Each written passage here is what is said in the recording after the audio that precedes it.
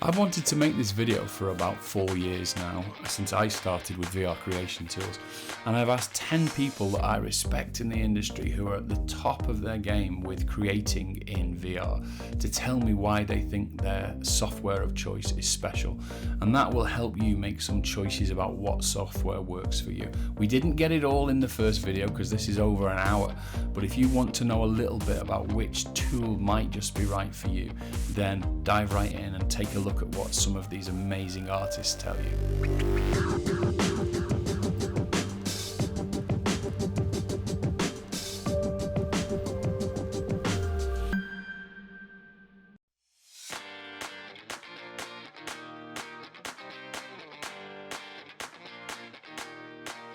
So I've been fortunate enough to be a part of Medium in the early days in helping develop the software to what it is now. And looking back, I just feel very fortunate to have been a part of that, because right now in my professional career, Medium is essentially my software of choice. It is pretty much a lot of the stuff that I conceptualize and build professionally, I use Medium for.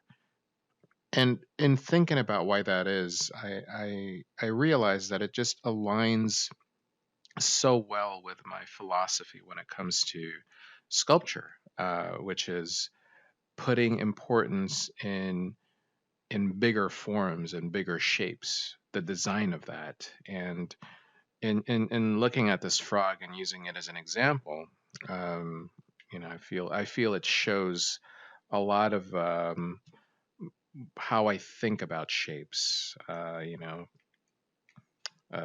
Thinking about the readability of bigger shapes, this big primary shape of this teardrop-like form here of the back of the frog, and then within that there are secondary and tertiary shapes. And doing something like this in Medium is so much faster and so much more intuitive than in any other software packages. Only because you're in here actually implementing these forms with the tactility of your hands. And really, there's no other way to do it as well, in my opinion. Definitely much better than the flatness of a 2D screen. This type of work really fits VR in the best way possible. Again, I've just been very, very lucky to have been a part of this journey in this new way of building art in VR, that it's still unbelievable. I mean, for me, it's still, so science fiction that I could feel like I am in here physically with this goofy looking frog, But that's where we're at right now, and I can only be so excited as to where we're gonna be. Even 2 years from now, what is this all gonna look like? Technology is moving so fast that I'm just like holding on with excitement. I'm in it. I'm definitely in on the ride here. So yeah, thank you.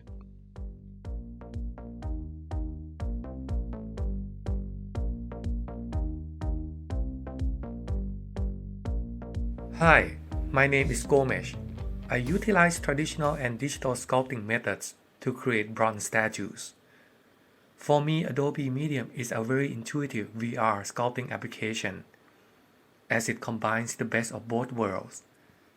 Medium sets you in a virtual studio where you can have freedom to sculpt, very similar to traditional sculpting method. You can almost feel like you are physically interacting with your artwork while sculpting in Medium.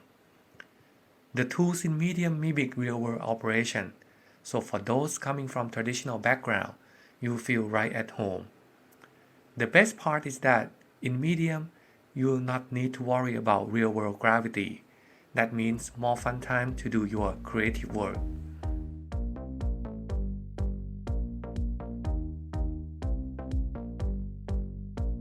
So you're interested in trying out VR. Why? Could be you're a seasoned digital veteran with years of ZBrush and Maya under your belt. Maybe it's piqued your curiosity. Maybe you're a traditional artist looking to expand your horizons. Or maybe you're just somebody who doesn't even consider yourself an artist, but you're drawn to it, inspired by some guy on ArtStation or a CGI character in a movie you just watched. Maybe you've already tried digital, given up in frustration. You would not be the first. Flat screen packages like ZBrush or Blender or Maya, you've got this straitjacket of technical hoops to jump through before you can get to that place. You need to know about vertices and polygons and topology and edge flow and UVs, and you've got these insanely complex interfaces. The old-fashioned way creating digital art can feel like 10% art and 90% technical fluency. With VR and Medium, there's very little technical involved. You can pretty much learn the entire interface in an hour or so, and you can master it in a matter of days. So I jump in, straight away there's just me and the sculpt. I'm easily distracted, so even just putting the headset on and shutting off the outside world is like addictively powerful.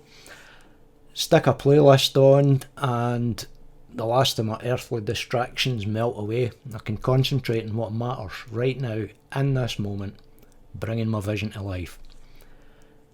Medium's always front and centre in my workflow. It has its limitations, it'll only take you so far, but the speed you can cover that distance in a VR environment leaves everything else in the dust. So you can learn about vertices and polygons later, ease into it. By the time you do, you'll already have results enough to motivate you to take it to the next level. And that's what Medium in VR is to me, the fastest, most effective way to convert what's inside my head into a piece of art that everybody else can see. It's a main line between my imagination and its expression.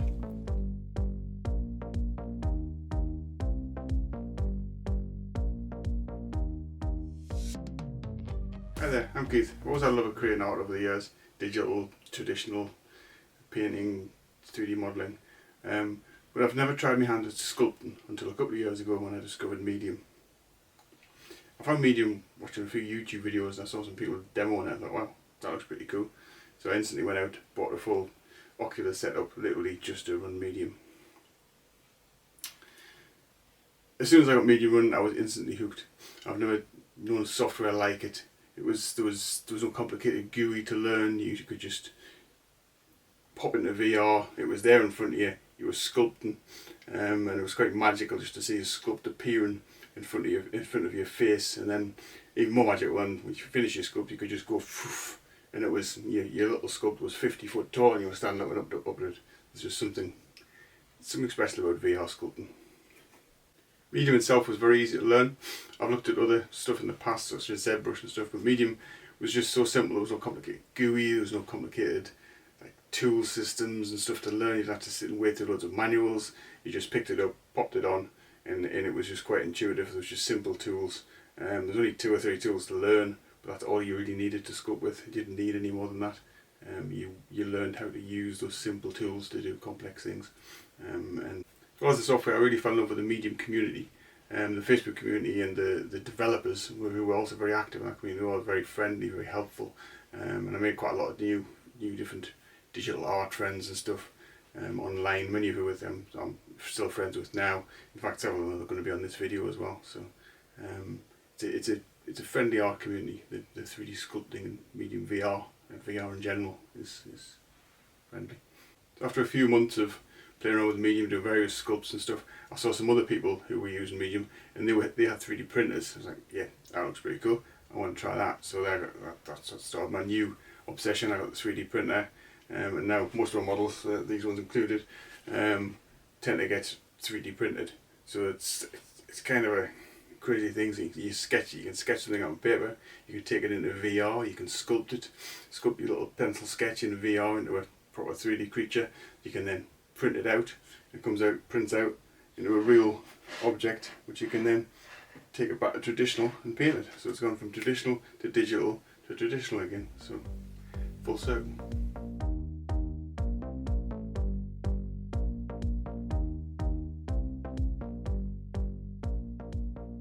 So I thought I'd explain some of the reasons on why I use gravitysketch for automotive design. automotive design is about character lines, volumes, and proportions, and how they relate to one another in a 3D space. GravitySketch allows me to create in that 3D space with the same sense of depth and perspective that you might get using traditional media like clay, and that tool is used, still to this day in the automotive design process.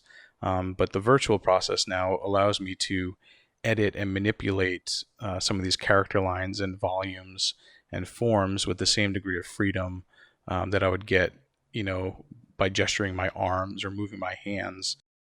So you can see here how easy it is to capture the dynamic character and design elements of a vehicle, even the size and proportion, by just sketching out a few lines using the simple stroke or ink tool, within GravitySketch. So once you've captured all the design elements and curves and character lines that you want to define this vehicle, you've got your volume and proportion, well, mainly your proportion set. You can now come in and start to use the surfacing and subdivision modeling tools to kind of start filling in the volumes and capturing that nice smooth surfacing that automotive design is known for. There's lots of tricky transition areas and other design elements that need to be captured, and the tools within GravitySketch really help kind of rough in some of these design details and odd kind of surface transition areas. Something like subdivision modeling is very easy to use because you don't have to worry about traditional tangency and curvature in more traditional NURBS surfacing tools. So that's actually really another good point about GravitySketch is its approach to surface modeling. It takes a very hybrid approach where it can utilize subdivision modeling and traditional NURBS surfacing. So depending if you're coming from a traditional automotive background or the visual effects industry, you'll have both tool sets available to you, so you kind of pick and choose which one fits your workflow, and depending what you want to get out of it. Even if you're coming into this with no understanding of either of those tools, it's a great way to get in and learn both of them and see which one fits your needs. So GravitySketch has definitely been more of a product design or transportation based hard modeling type design program, but with its more recent updates and tool sets, it's definitely kind of crossed that line. So it's usable by any industry. Concept design. There's lots of props and other sorts of elements that need to be used for concept design, and a tool like GravitySketch is perfect for that because it allows you the freedom of using multiple different types of data, manipulating geometry to kind of fit your needs. It's even got some built-in visualization tools that are really useful for when you're trying to kind of come up with a scene or come up with a really nice perspective. Maybe you're going to sketch over this model or whatever your design is to really kind of create that really good render. So it's a very versatile tool, and I'd really encourage anybody who's interested in design to give this a go and kind of spend some time with it. There's always an element of frustration when using a new tool, but I think GravitySketch is one of those tools that it's really fun to use, and if you really put a little bit of time into it, you're going to get really great results really quickly. So I hope that gave you a good overview on how I use GravitySketch and why I find it useful.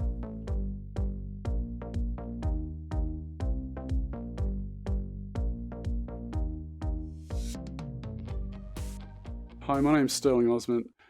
I'm a VFX artist and VR artist. Just want to give you a insight about what I love about GravitySketch. So here we go. So basically what I like to do in GravitySketch is use it as a very fast sketching tool.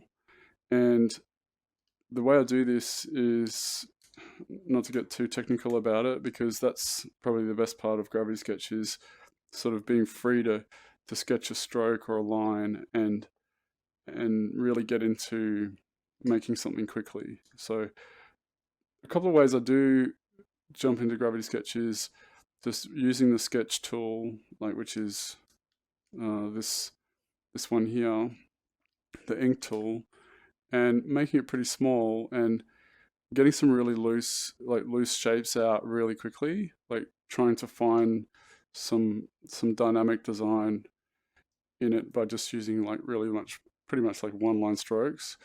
And I like to explore this way because it gives me an option to find a shape quickly and then iterate from that almost instantaneously. And if I find something I like, then I usually just jump into the surface tool basically straight away. I turn this onto sub D point mode, and I'll change the surface to something shiny and bright. And at the moment with the current version of GravitySketch, it's got these amazing reflective surfaces, so they're really, really powerful to show surface designs.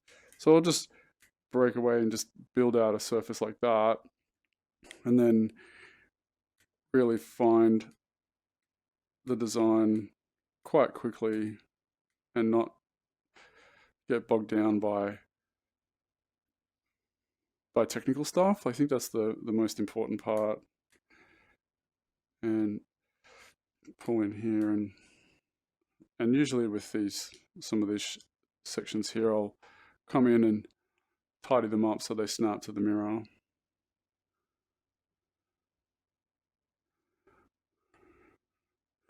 And maybe explore some sort of design layout while I'm there. I think the good part is, especially with shadows and stuff, you can really push into some dynamic designs. And if I want to sort of raise it up, I'll select everything and get those shadows to be sort of pulled off the surface a lot more, just a bit higher, so it's got some height on it. Might leave that there. And so I end up with a shape and a design, and then by tuning this surface tool, I can even come out here and change up this and add some edges here and add some edges in here. And I really end up with something very quick, really, really quick, And just added this here and here, bring it a bit tighter in. Maybe think about the structure of the wing.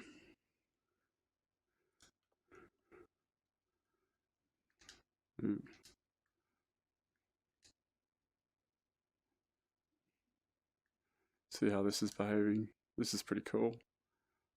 We sort of pull in some fin design, and I really I don't get overly technical in GravitySketch. I like to. I mean, I love the fact that there's all,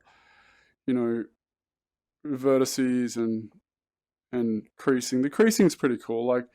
With this tool set here, we can crease this edge here and here,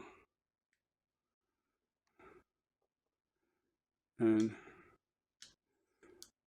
that works pretty cool. You get a quick layout of what you're doing and just have fun. I think it's all about that old story of just having fun with the shape and finding a design that you're happy with. And the good part about GravitySketch is it really allows you to jump into a design really quickly and feel out what that may or may not look like. I might just change this background color quickly because it's a bit dark. Let's brighten it up.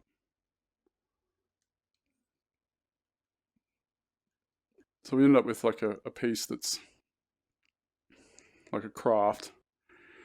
And if I do some more sort of adjustments to the shape and the interior of the cockpit, again, I'm not sort of bogged down by any real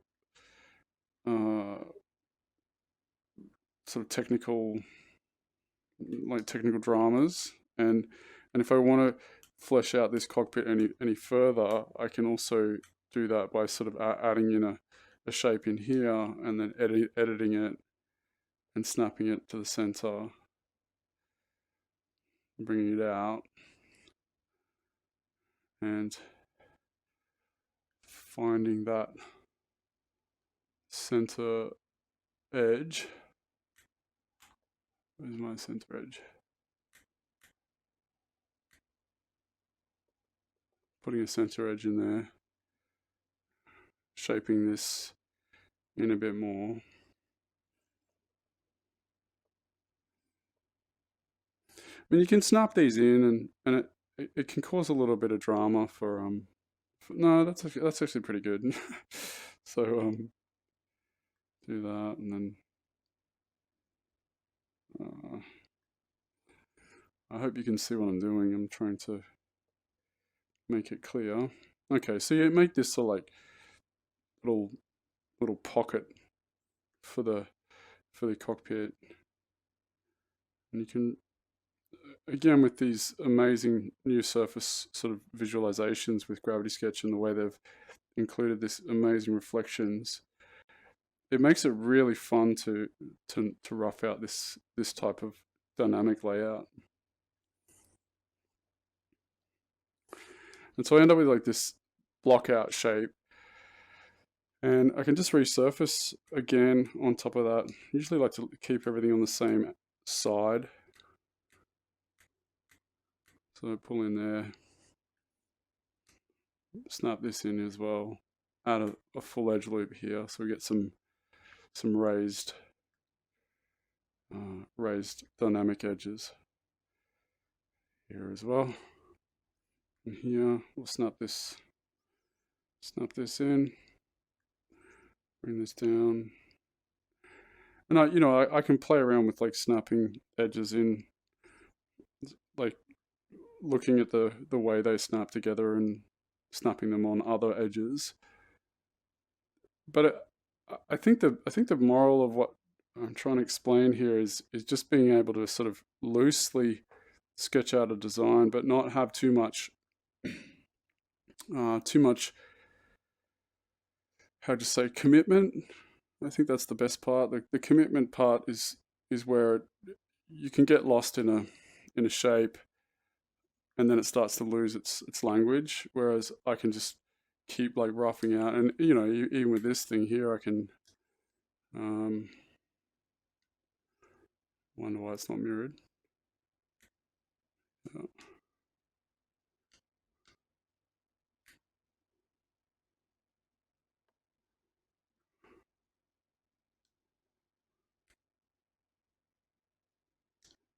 Okay, so with something like this, we can build out the finning or the cowling, kind of rear cowling design, and we can change the angle of these wings, up or down, and delete anything we don't really want to think about.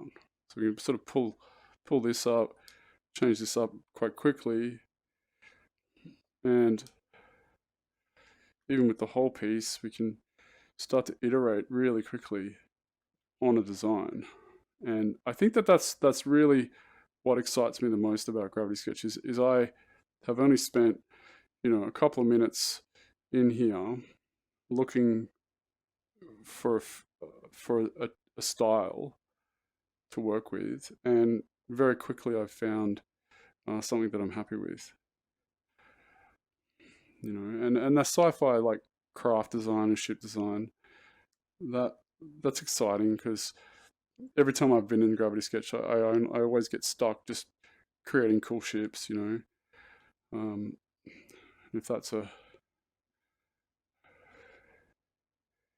make this like longer. And the underside, I don't really worry about the underside. I just sort of kick around and have fun and design a seat. Usually use planar for seats.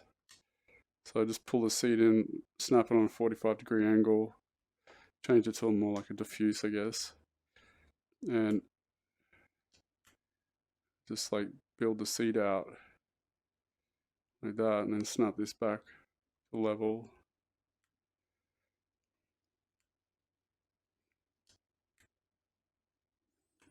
And then put this way and do that, and you know, and I have, again, I have the freedom to duplicate and change and edit the shape, and I can turn this off to what is it? Is it non-planar?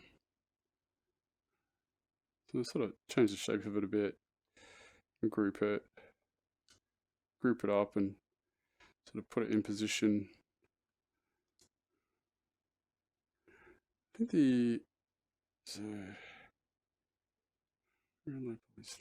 that's cool. So you make seats quickly like that, or you can basically come into this non-planar mode and sketch out a seat even faster, but you can use the shaping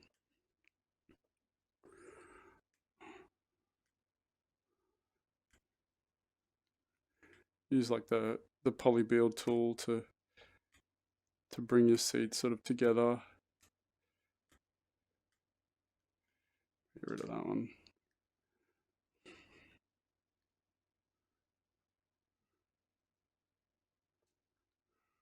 Right, it's actually a bit small. If we group all this together, make it bigger, bring it back a bit. Just have a play like that, right? And then we can go back to something like the stroke tool and use it in its like sort of snappy sense, and change the color of this a little bit brighter. We can do the same sort of thing, is add, even on surface mode, we can add the cowling edge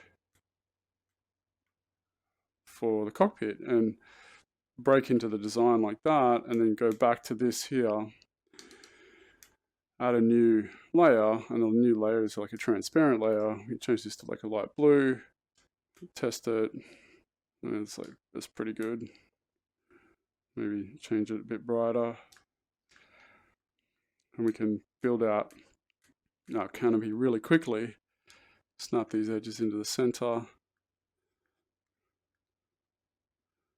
This.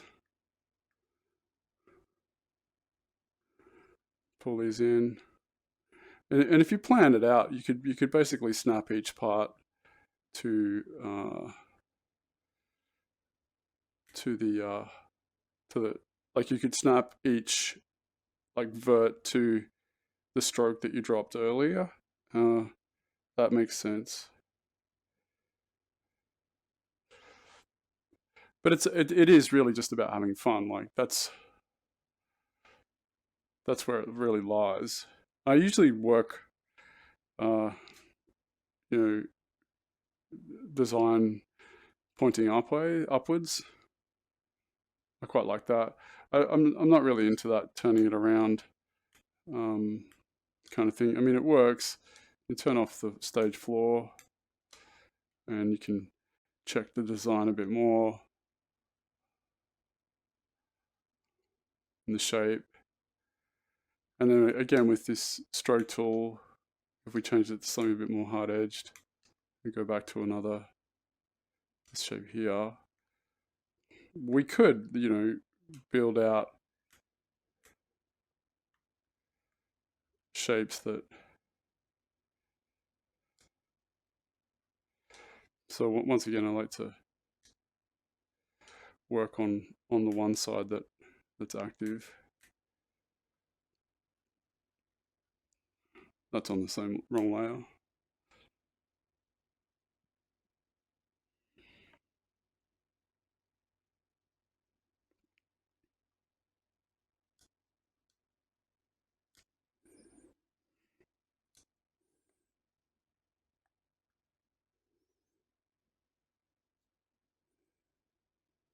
You can edit the normals and get really picky with what angle those normals are running at, scale some of the bottom edges up,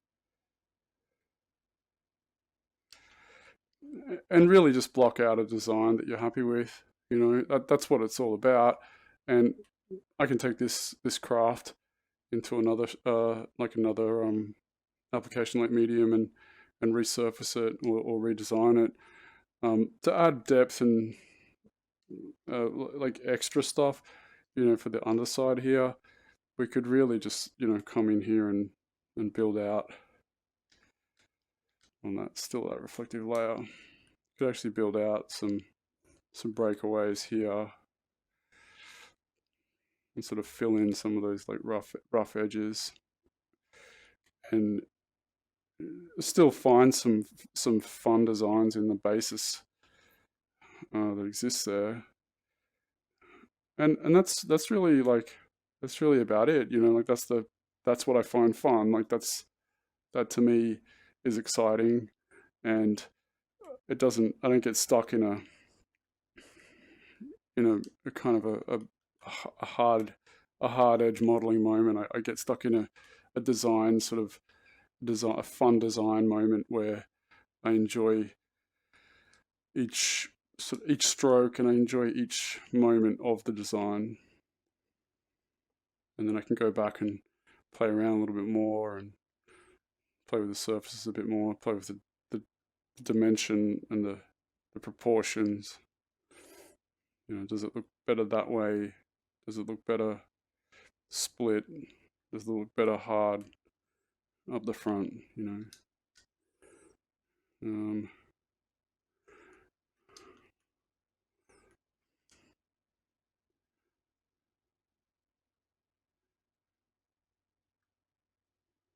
Go for that really classic arc.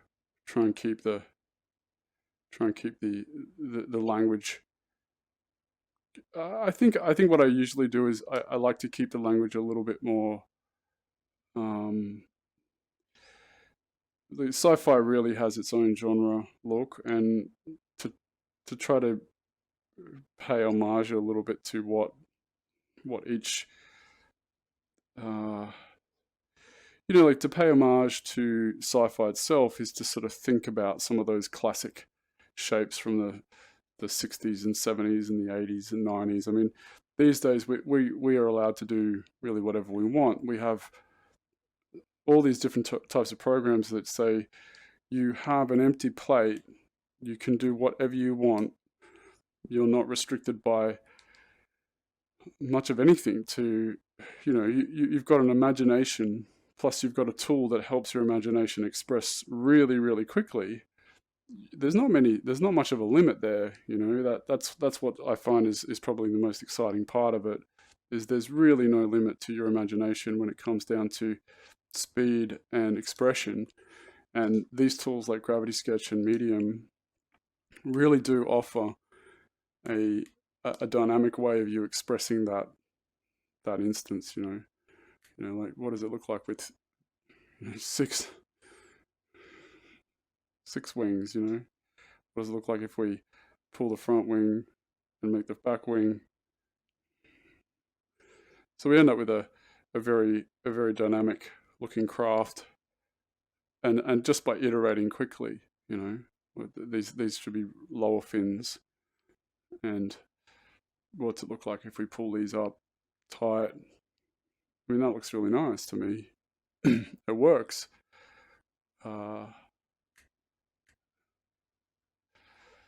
So something like that's just while I've been talking. So if you were to invest a little bit more time and really take your time, then you're going to end up with a piece that's very, very dynamic and probably worth publishing or printing or using in a film or whatever. And I think that's one of those things where, you know,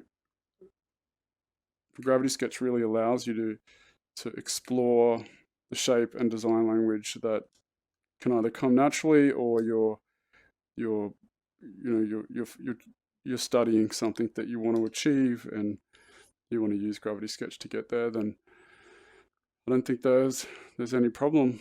You know, it's super creative, it's super fluid, and it's fun too. So yeah, so that's my little cut. I hope you enjoyed watching me create this pretty cool craft. I might post some shots of it, maybe push it through Blender. I really am interested to see whether gravitysketch pushes into making a surface thickness tool. So like this surface here can become thickness, or have thickness like straight away. Like every surface that I've drawn or sketched like this, that should have an option to give it thickness. Like that's where I can give it thickness like that, but it's open. So I really would love to see gravitysketch go into a thickness mode where we can create surfaces and they have a thickness, just like the recent version of ZBrush, and you know, Blender has a thickness modifier. But the probably the most important part about adding that is that then this whole craft can be pushed into something like Medium, and it's watertight. Like at the moment, the edges and any of the strokes and those underside parts with the poly tool, they'll go into Medium fine, but these surfaces will just pop. Like they're not watertight. They only have one normal, and it would be good to see that added. So cool. Thanks, guys. Cheers.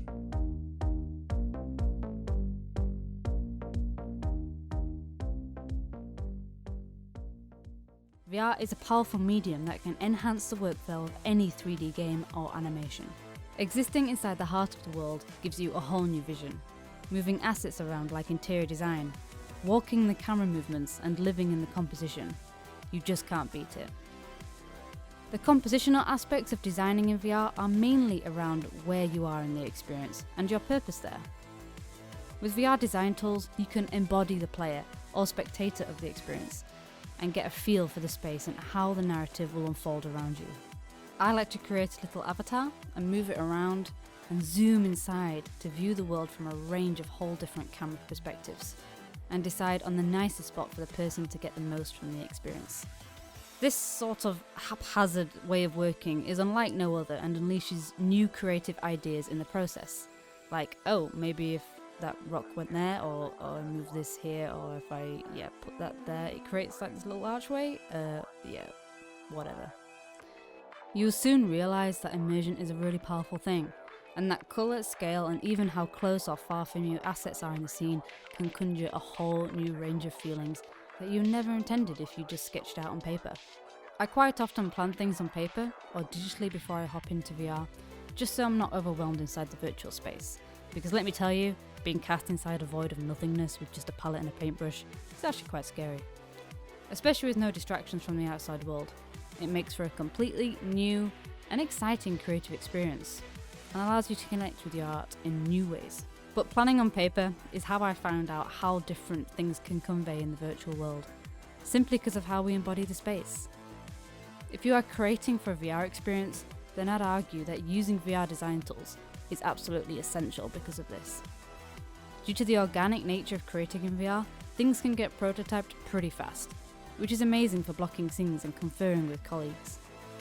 As my workflow is now focused on gaming, I tend not to use the final outcome of VR creations much, as they are very graphics heavy.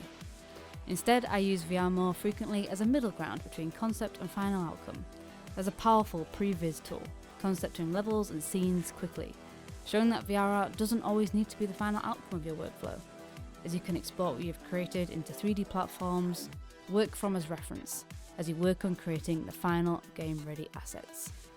This is especially handy for defeating the common VR creator's enemy, called scale.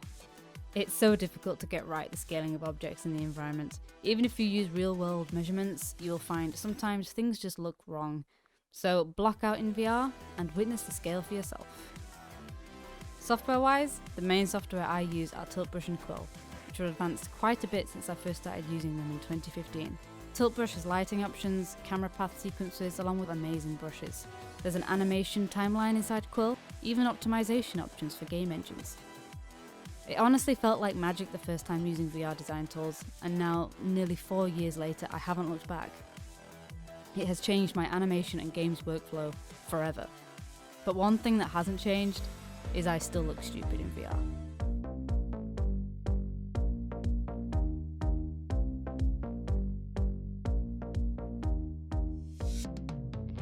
Well, hello my friends, my name is Kev Ang. I am a lifelong artist that discovered and fell in love with VR a couple years ago. And one of the main reasons I fell in love were programs like this. In this case, we're in Tvori. And the way I would describe this program to you, well, first let me introduce the characters. This is a whole sequence, and the theme I went with was reunion, and also reminding us of the terrible amount of isolation that all of us have, many of us have gone through in lockdown during this pretty awful year. It's one for the books, that's for sure. So it's really this father-son sort of action sequence of sorts, or this emotional action sequence. And that's the kind of thing that you can do in Tvori. That's the kind of sort of very hands-on, like quite literally hands-on. Look, we'll do a little patty cake with, didn't want to take that along with me. Yeah, so as you can tell, even with my little gaff there, I can literally touch everything in this environment, animate it, just like I was, Geppetto with Pinocchio. And we are actively breathing life into our characters. And it has this very, very felt sense of place. I can look right into the father's eyes right here, Azi, and feel that love, feel that love from father to son. And I really wanted to capture that as best as I could. So being in the environment, being there, quote unquote, on set with all the various characters, all the various assets, feeling the scale as I can just go up and down like this. It's a very, very powerful sensation, and it's very hard to replicate on a 2D screen if that's what you're watching on. So I hope if you ever have the access to any VR equipment that can handle apps like Tvori, I hope that you do get to unlock your inner child in some way. I keep on saying unlocking because that is what it feels like. There's this sense of, and by the way, while I'm talking, I'm just going to actually show you how I would polish certain things, but we can just play through this whole sequence right here. So I can look at the screen and actually see what's happening over in the distance there on the horizon. So you really get to play with all the different hats when it comes to filmmaking, and in this case it's immersive filmmaking we're talking about. So from beginning to end, I can see that whole sequence play out. Each of these cameras has their own unique timeline, which I can trigger to play next and next and next, as you would in a nonlinear editor. But I would argue that the process of doing it is much more fun. It's just more playful overall. Let me see if I can go to, and I can reconnect this, by the way. So there are all sorts of other palette tools I haven't even told you about, and frankly won't have all the time today to do so, but I want you to see very quickly how you can change the environment. And once I have things like auto key turned on or real time, those are the kind of things that help you craft the animation you want.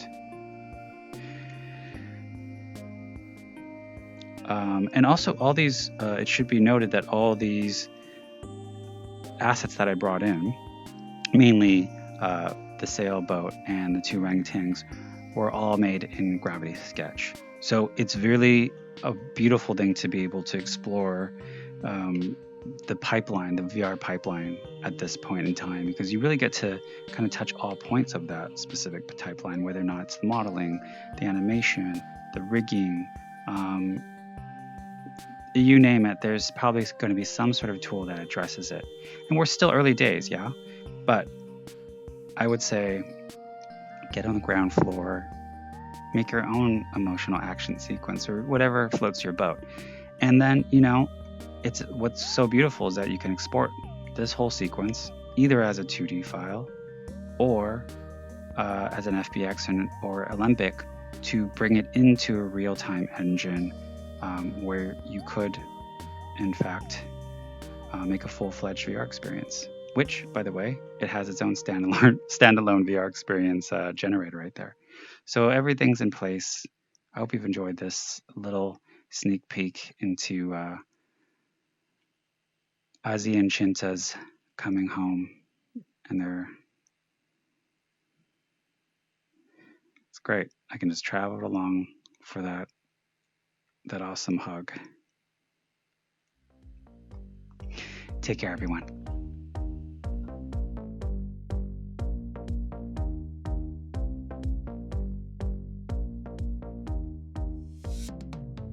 Hi, I'm Ian Crighton. I'm a 3D and traditional artist that uses virtual reality to create 3D digital art as well as characters and vehicle asset design. I'm based in sunny Scotland and I work as a freelance artist taking on a variety of creative projects. I've been an artist for over 30 years, producing a variety of work including illustrative, conceptual pieces with an emphasis on fantasy and science fiction. One of the main creative VR applications that I use is the software Masterpiece VR, which recently was renamed to Masterpiece Creator and Masterpiece Motion. I discovered Masterpiece as a creative tool along with a few others around about 4 years ago, and at the time I was using an HTC Vive headset. Although other applications are and were still on the market, using Masterpiece felt more suited to my style and working method overall, so I stuck with it. And that's not to say I don't use other applications, but generally I find myself using Masterpiece for certain projects more than others. I guess that's just a preference. Masterpiece uses a mainly voxel-based method of creating 3D meshes or sculpts that can be output as either FBX, OBJ, or STL. A lot of the work that I create is a mix of hard edge and organic, so it works well for me.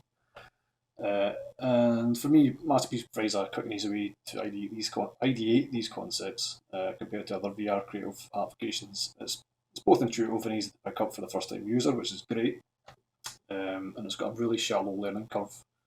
It's still powerful enough to produce professional results for myself and many of my client requests, to be honest. And one of the benefits of using Masterpiece is the speed and the ease of use. So, it's physically altering and amending clay in meshes. It's much easier than remembering keys and shortcuts on keyboards. So much so it quickly becomes more of an intuition and muscle memory than tapping away on a keyboard or scrolling with a mouse. Compared to traditional 3D desktop-based applications, being able to create in an infinite space that's tangible and scalable is both mind-blowing and liberating at the same time. It's a working method now. I couldn't see me not using it anymore. It's an integral part of my creative workflow. Being able to stand, within an environment or move around in a virtual studio allows for a deeper understanding and emotional attachment to any given project. Simply put, I wouldn't go back to anything other than that workflow using, if I had to use a 2D desktop application, I would do it, but I don't see that happening anytime soon. Thanks for listening.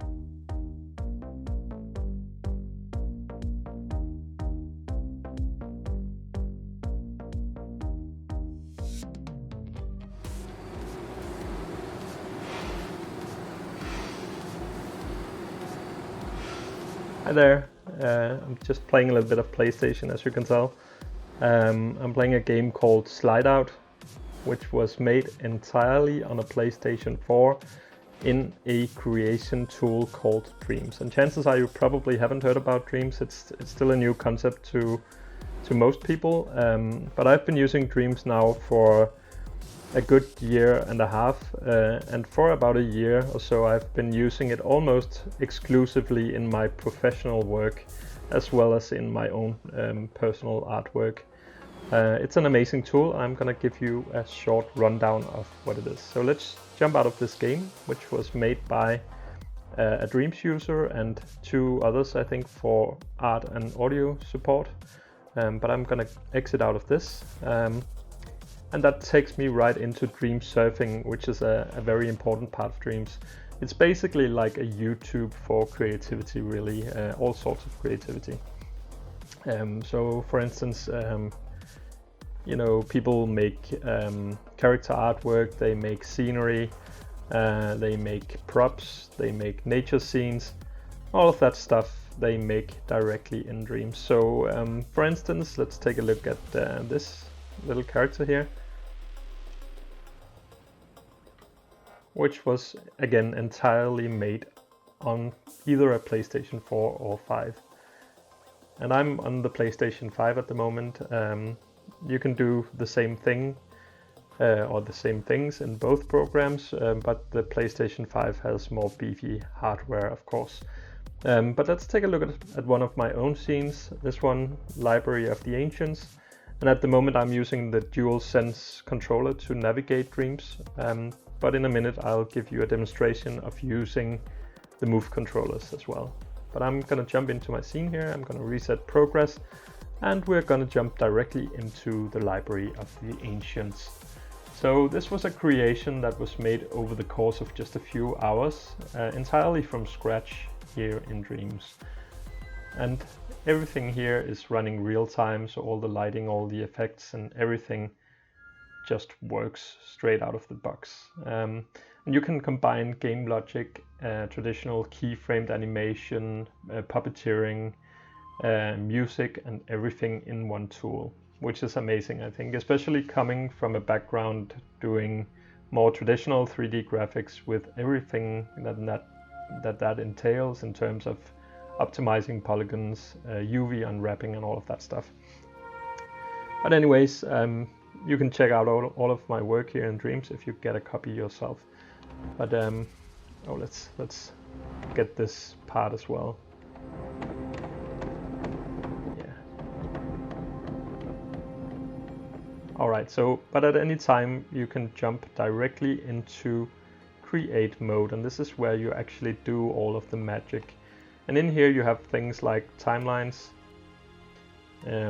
which will allow you to very finely control everything that's happening in the scene. So lighting, effects, everything in here. And what you would then do is, or what I usually do is I use the Move controllers to navigate the interface and to sculpt and everything directly in Dreams here. So let's give an example of that. You pick a basic tool like this box here, and you are then able to sculpt directly in the scene. You can, using gestures like bumping the top of one controller against the other, you can get access to all of the functions in Dreams. So everything here is done without mouse or keyboard, just directly in Dreams. And as you can tell, this thing I'm sculpting here already has physical properties. So whenever something bounces around in the scene, you will notice that it bounces off this surface as well. So let me give an example. If I copy this, if I make it movable, you see it actually bounces off of the surface of my other object here. But at any time during the process you can go in and you can edit or move things around, which makes this a very, very versatile way of quickly creating visuals. Just like this, you see here, you can go in, you can modify everything. There's no polygons in Dreams, everything is signed distance fields, so that allows you to at any point go in and make edits to your elements here. And everything can be lit as well, so you have all your tools here. You have game logic, you have grading tools, you have lighting, all of that stuff is available through these basic menus up here. You just go in, you have your tools, and you are then put straight into creation mode. And you can do all sorts of funny things, like you can change the basic shape that you sculpt with. You have various surface snapping, grids, everything available here. You can do funny things like, say you wanted to rotate this thing, you just go in, you spin it like this, and now you'll get another effect while you're sculpting. Take a look at this. Pretty cool, huh?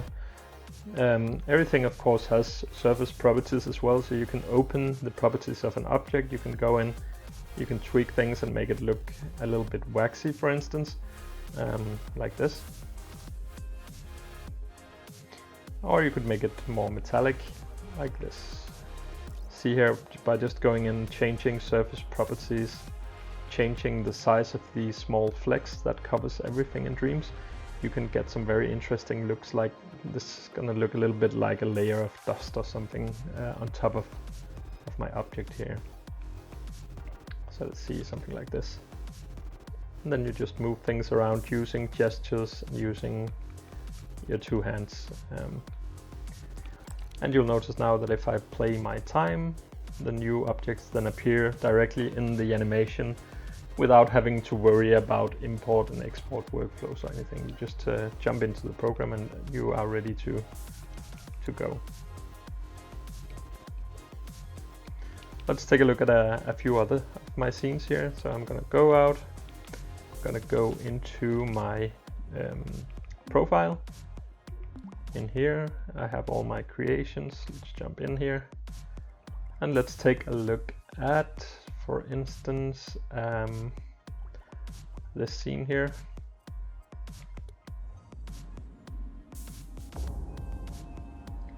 So you can place sounds in your scenes. You have positional audio, you can make music, which isn't my strongest skill in Dreams. I'm basically more of an illustrator, really. So I'm using Dreams as an illustration tool mainly, but I'm starting to dabble a bit more with sound design and animation as well. At any point during the creation process or at any point during your dream surfing, you can take on your PSVR headset and you are straight in Dreams in VR, which is mind-blowingly good.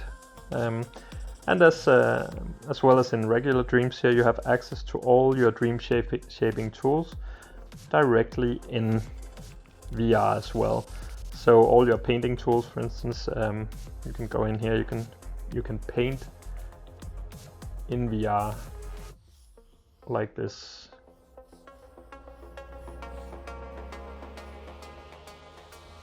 And it's mind-blowing. It's really mind-blowing, I think. And this is coming from somebody who spent a lot of time using a lot of different 3D tools, VR sculpting, etc, etc. But Dreams is an entirely different thing, and it's just so good. And painting can be animated as well. So let's go in here. Let's start the time, and off we go in Dreams here. Let's try and animate the strokes, for instance. Like that. You can even duplicate your strokes multiple times, have it being scattered all around. How crazy is this? It's just so good. And again, anything in Dreams can have physical properties. So say you wanted to have this this plant, for instance, fall from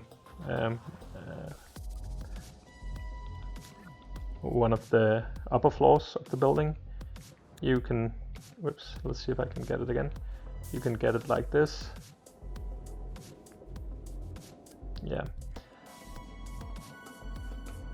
Whoops. Let's make some copies here.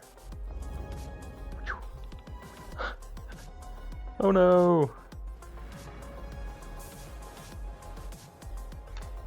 Yeah. Amazing, amazing, amazing, and even more amazing, I think.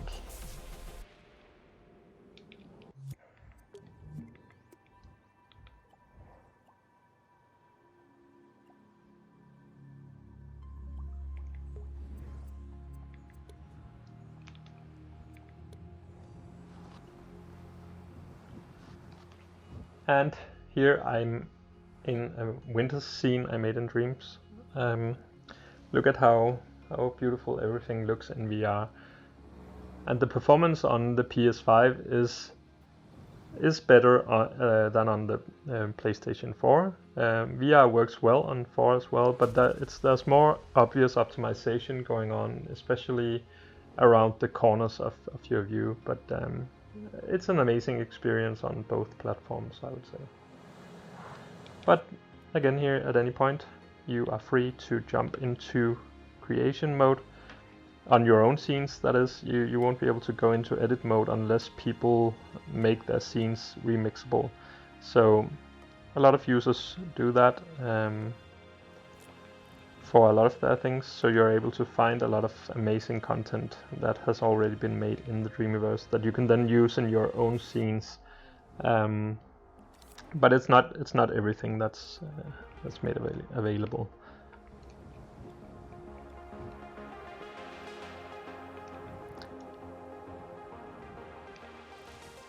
See, here I'm able to go in and I'm able to edit the scene directly, like this in VR. And you can switch completely seamlessly between the VR experience and the regular Dreams experience. So that's a very big plus to me as well, coming from a background of VR sculpting.